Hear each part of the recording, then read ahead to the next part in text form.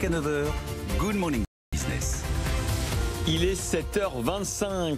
Les marchés achètent cette idée de Super League. Le titre de la Juventus a bondi de 18% à Milan, celui de Manchester United de 6%. JP Morgan qui met 3,5 milliards de dollars sur la table à titre d'avance pour les clubs fondateurs, 12 grands clubs européens. Nous sommes avec Jérémy Moulard, docteur en management du sport professionnel. Jérémy, est-ce que vous achetez aussi l'idée? Est-ce que vous y croyez? Alors, pas vraiment, et à vrai dire, je suis pas vraiment étonné que la bourse s'expose un petit peu, puisque finalement, les seuls peut-être gagnants seront les actionnaires de ces clubs. Mais cette formule pose énormément de questions et d'hypothèses. Ça veut dire que c'est un modèle économique qui n'est pas crédible? Alors, outre déjà la bataille juridique qui va avoir lieu, il y a 3 limites économiques évidentes.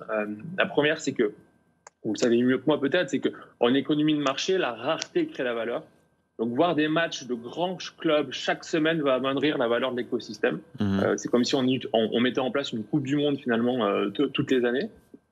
La deuxième chose, c'est que cette Super League propose finalement une création d'un marché parallèle plus important en valeur, certes, mais avec la même dérégulation économique qu'on appelle, nous, la course à l'armement en économie du sport. L'enjeu pour les clubs, c'est payer des plus gros salaires, avoir des plus grosses indemnités de transfert pour attirer les plus grands joueurs et tenter de gagner la compétition. Ça sera la même chose et la même régulation dans cette Super League qui entraînera finalement les mêmes déficits.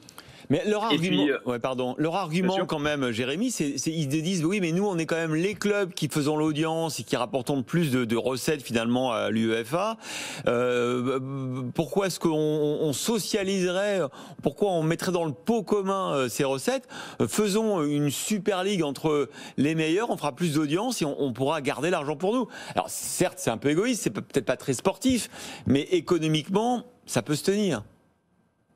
Alors économiquement, c'est le pari qui est fait. Encore une fois, moi, je pense que, notamment vu la temporalité qui est en place, c'est un coup de pression justement vis-à-vis de l'UEFA, puisqu'il tenait hier une réunion sur les réformes de la Ligue des Champions 2024, pour tenter, pour ces grands clubs, d'avoir une plus grande part de gâteau à terme. Mais moi, encore une fois, ça me paraît difficilement réalisable, puisque pour finir sur une troisième limite, c'est qu'une ligue fermée base notamment ses richesses et la création de ses joueurs sur une base universitaire très importante. C'est là où les joueurs sont formés. En Europe, si on part sur cette base de ligue privée, qui va finalement, dans 5-10 ans, fournir les clubs en joueurs? Ces différents clubs qui vont partir dans ces Super Ligues vont complètement déréguler les championnats, avec une perte d'intérêt importante et une disparition de clubs qui sont déjà en difficulté financière, qui vont se retrouver à mettre la clé sous la porte, et des joueurs, etc. Donc, on a vraiment un modèle vicieux qui peut vraiment s'installer sur le long terme. On a un décalage donc entre un modèle, par exemple, du basket de la NBA aux États-Unis, où là, on est dans un circuit fermé, justement, avec un appui universitaire qui ne pourrait pas être exporté. On a vu l'exemple, notamment de l'Euroleague à l'échelle européenne. Et là, donc, on ne pourrait pas développer ce modèle. Sur le long terme, c'est intenable. Notamment, en plus, on prend souvent pour exemple les ligues nord-américaines, mais la NBA est déficitaire depuis 4 ou 5 ans. La NHL, c'est la même chose. Seule la NFL tire vraiment des profits très importants en termes d'actionnaires.